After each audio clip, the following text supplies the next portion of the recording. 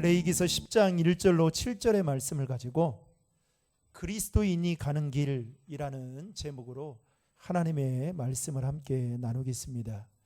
요즘 10대들이 사용하는 말 중에 말들을 여러분 유심히 들어보면 참 줄임말들이 많다라는 것을 알게 될 것입니다.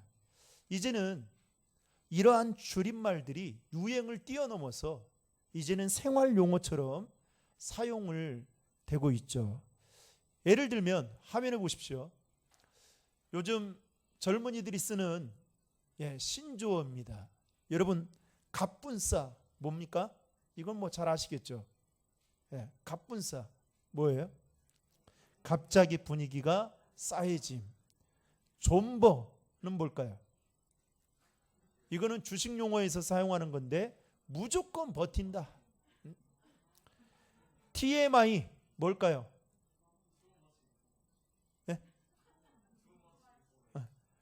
너무 과다한 정보를 알려주는 것. 그래서 영화를 보고 막 이렇게 소개를 하면 야 TMI 하지 마라 이렇게 말을 하기도 하죠.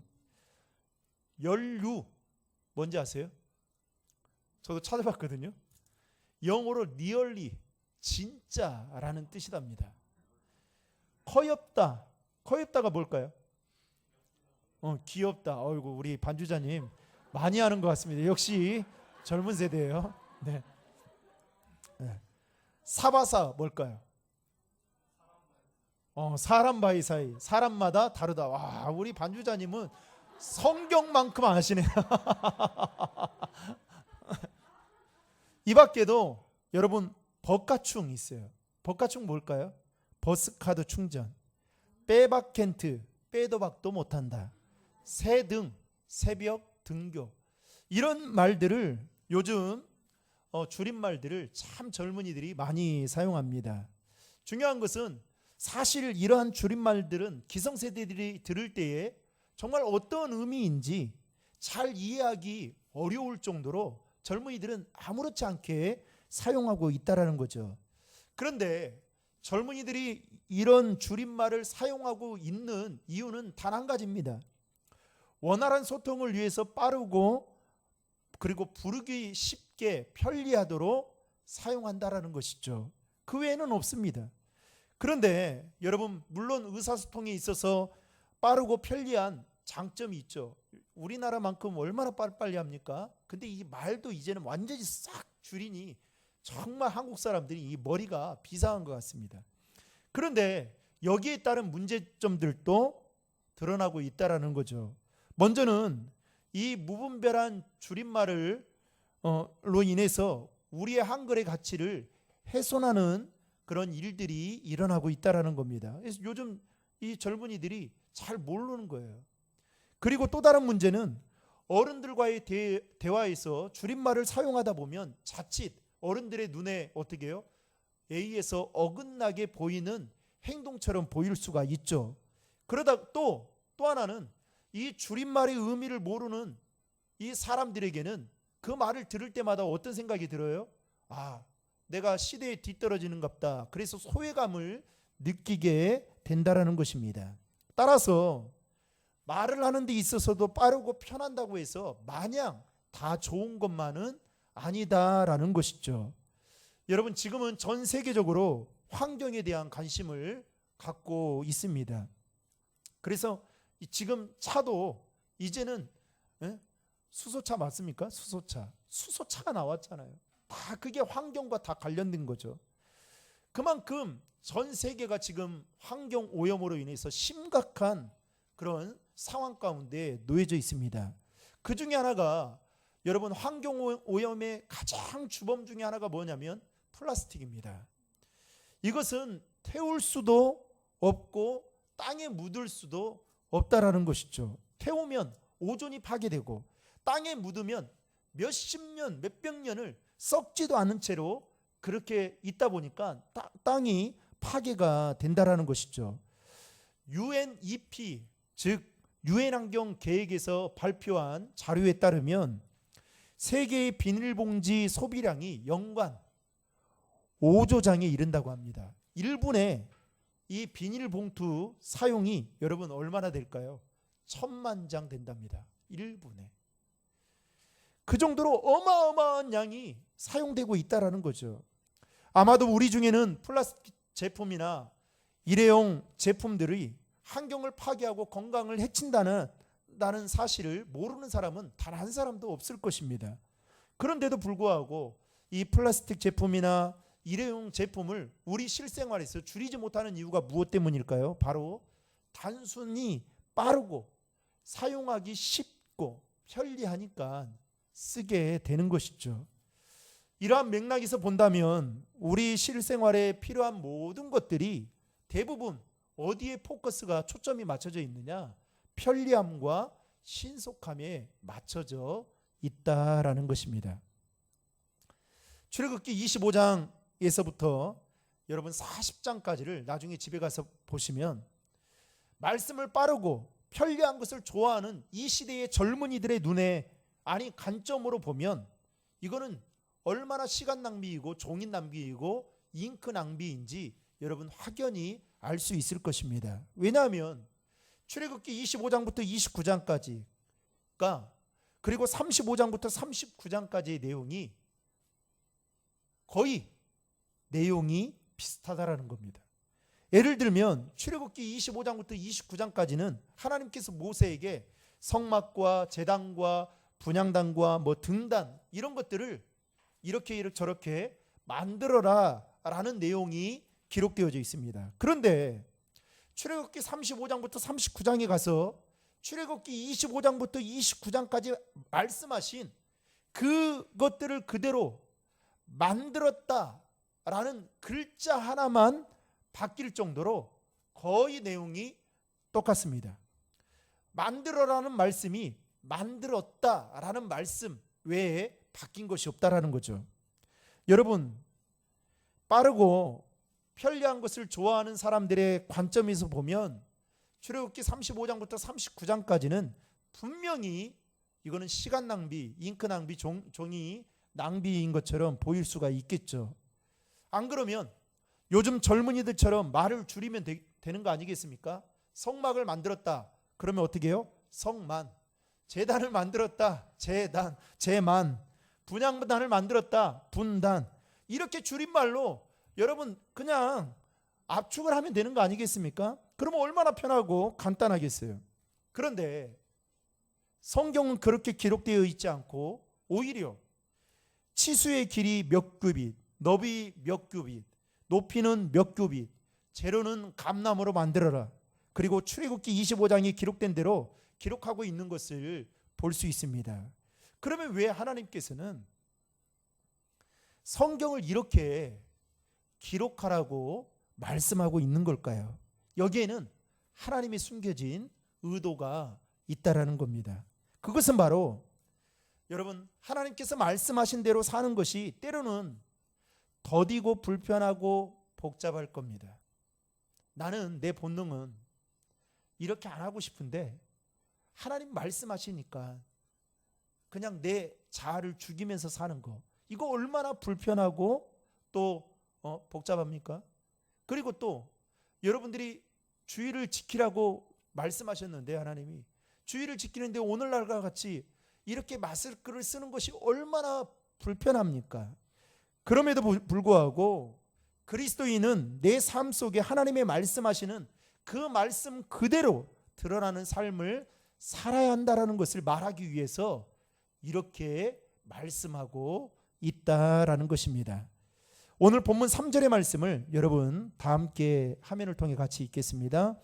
모세가 아론에게 이르되 이는 여호와의 말씀이라 이르시기를 나는 나를 가까이 하는 자 중에 내 거룩함을 나타내겠고 온 백성 앞에서 내 영광을 나타내리라 하셨느니라. 아론이 잠잠하니. 방금 읽은 말씀에 보면 하나님께서 뭐라고 말씀하십니까? 나를 가까이 하는 자들 중에서 내 거룩함을 나타내 보이고 그리고 모든 백성 앞에서 영광을 받을 것이다 라고 말씀하셨습니다. 그러면 여기서 하나님을 가까이 한다라는 이 말의 뜻은 뭘까요? 하나님의 말씀을 귀담아 듣고 들은 말씀을 가슴속 깊이 새겨서 하나님의 말씀대로 순종하며 살려고 하는 것이 바로 하나님을 가까이 한다라는 그런 영적인 의미가 이 안에 담겨져 있다라는 겁니다. 그렇다면 하나님을 가까이 하는 사람들의 특징이 뭘까요? 내 생각과 내 감정, 내 마음과 내 기분, 그리고 내 편한 대로 살아가는 것이 아니라 오직 하나님께서 하신 말씀 그대로 귀담아 듣고, 그리고 그 말씀을 잘 새겨서 삶 속에서 그 말씀이 우러나올 수 있도록 몸부림치는 것이 바로 하나님을 가까이 하는 사람들의 특징이라 말할 수 있는 것입니다.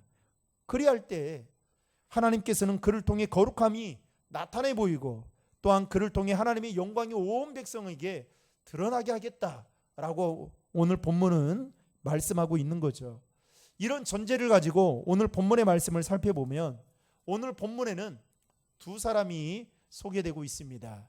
그 중에 나답과 아비후라는 사람이 소개되고 있는데, 이 두 사람은 아론의 하나는 장남이고 하나는 차남이었죠. 이들은 아론 다음으로 가장 구별된 사람이었고, 영적으로도 권위가 있으면서 큰 책임감을 가지고 있었던 사람들이었습니다. 그런데 문제는 나답과 아비후가 오늘 하나님 앞에 나아가서 향로를 담아 제사를 드리는데, 하나님께서 말씀하신 불이 아닌 다른 불로 향로에 담아 제사를 드렸다라는 것이죠. 그러자 오늘 성경은 뭐라고 말합니까? 불이 여호와 앞에 나와서 순식간에 그들을 태워버렸고, 그 자리에서 두 사람은 목숨을 잃게 되었습니다. 한마디로 예배 드리다가 죽게 된 것이죠.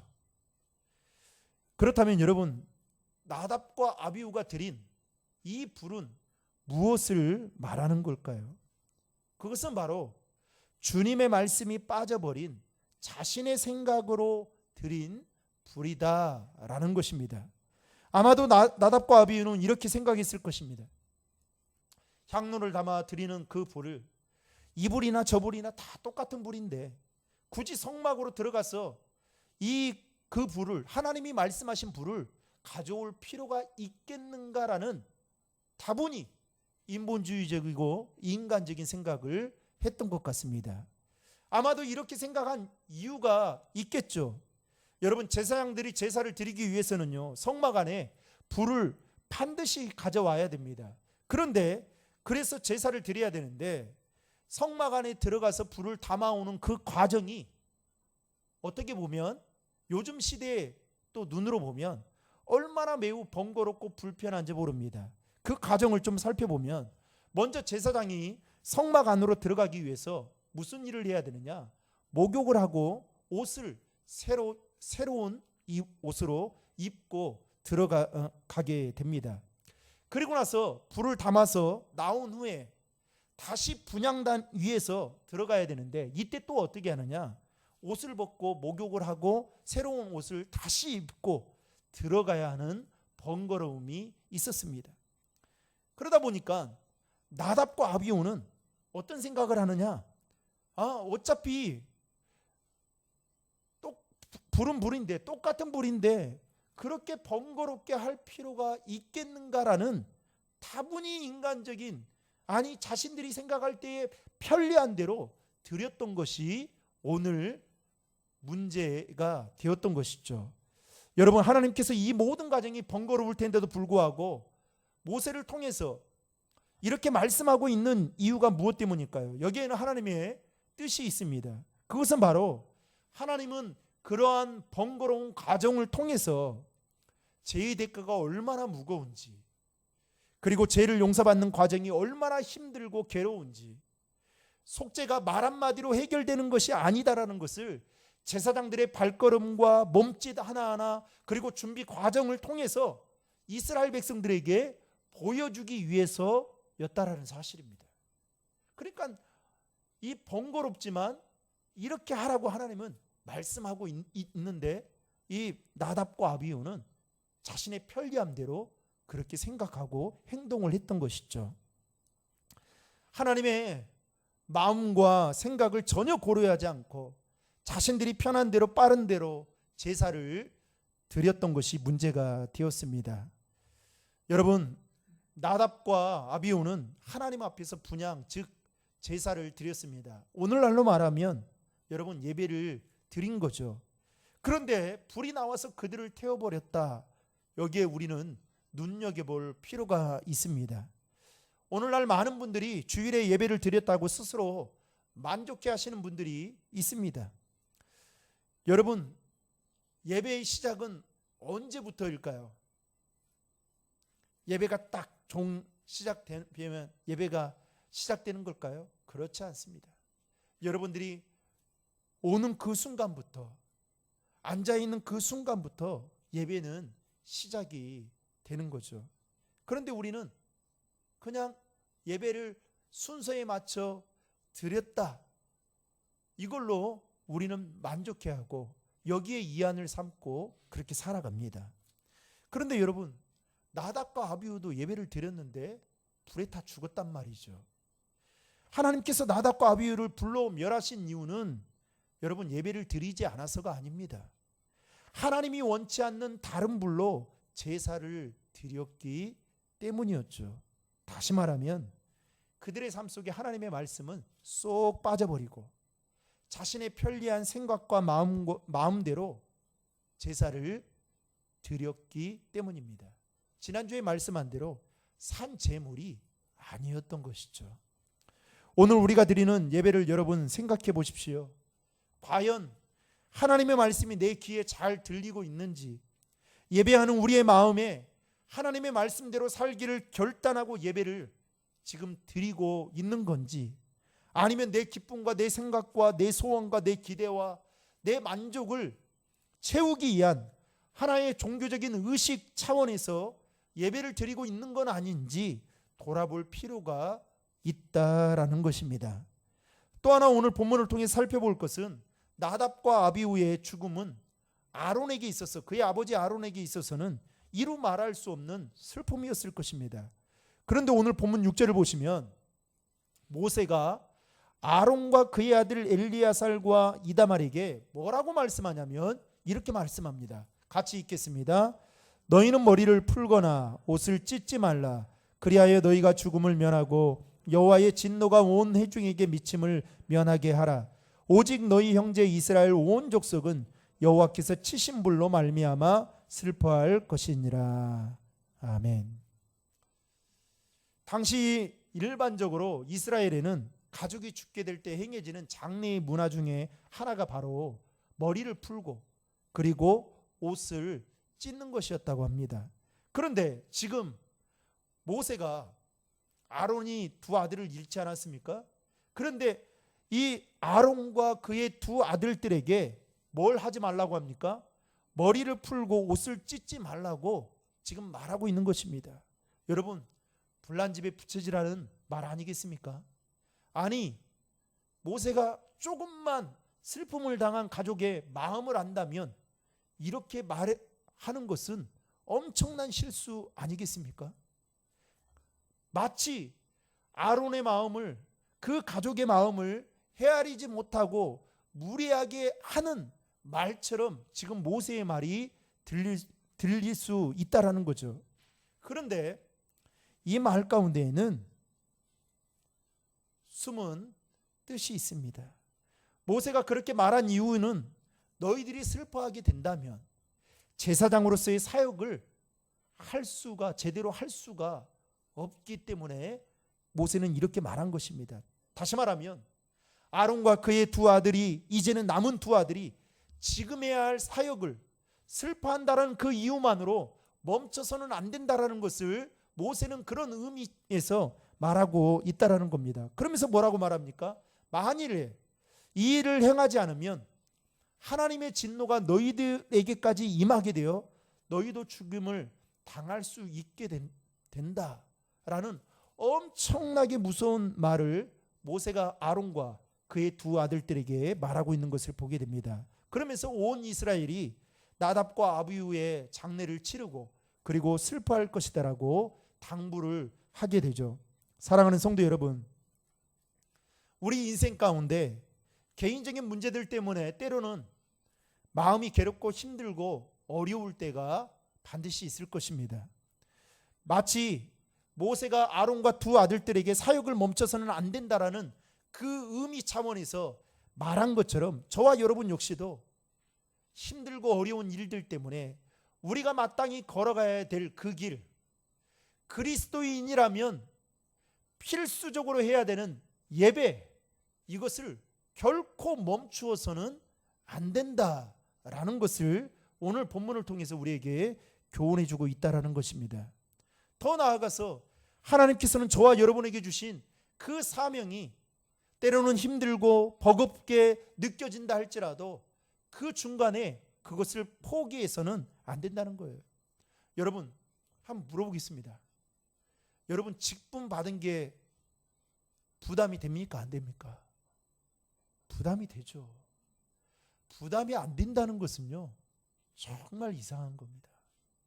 목사인 저도 부담이 됩니다. 주일이 되면 부담이 돼요. 강단에 올라와서 말씀을 끝날 때까지 긴장의 연속입니다. 겉으로 봐서는 표현을 안 할 뿐이죠.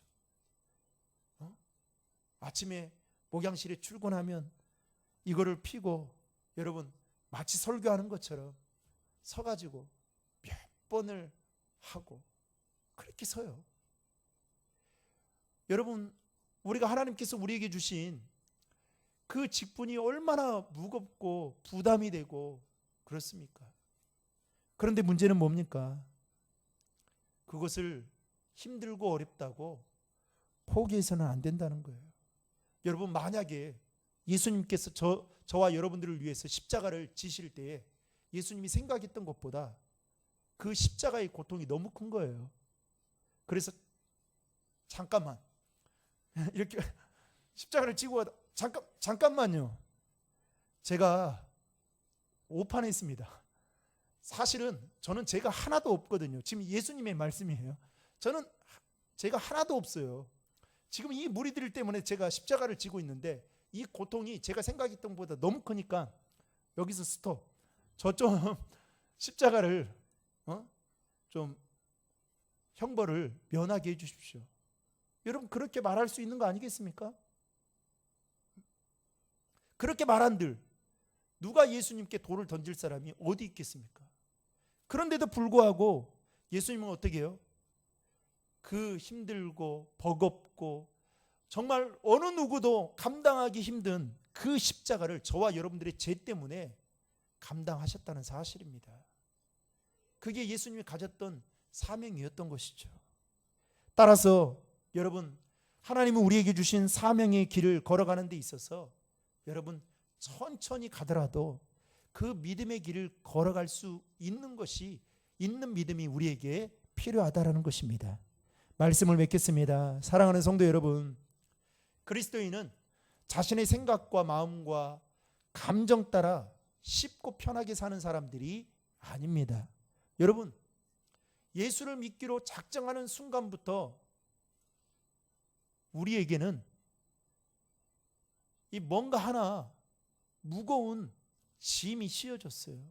그게 뭐냐? 이제는 말씀 따라 살아가야 된다라는. 그래서 어떻게 해요? 여러분, 내가 예수를 믿는다고 해서 예배를 요즘 얼마나 코로나 때문에 얼마나 핑계가 좋습니까? 그렇죠? 뭐 상황이 안 좋아서 못 나올 수도 있지만 특별한 일이 아닌데도 불구하고 코로나 때문에 나중에 알고 보니까 놀러 갈 건 다 놀러 가고. 그러니까 신앙생활을 쉽고 편리하게 하는 게 아니다는 거예요. 예수님이 뭐라고 말씀합니까? 제자들에게 좁은 문으로 뭐 하라고요? 들어가라. 그 길은 좁고 협착하다라고 말하고 있습니다.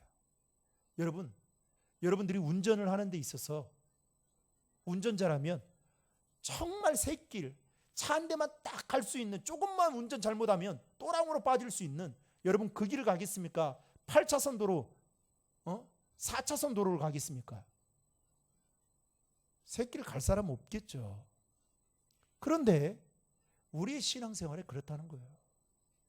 우리가 걸어가는 그 믿음의 길이 여러분 좁고 그리고 남들이 꺼려하는 그 길이다라는 겁니다.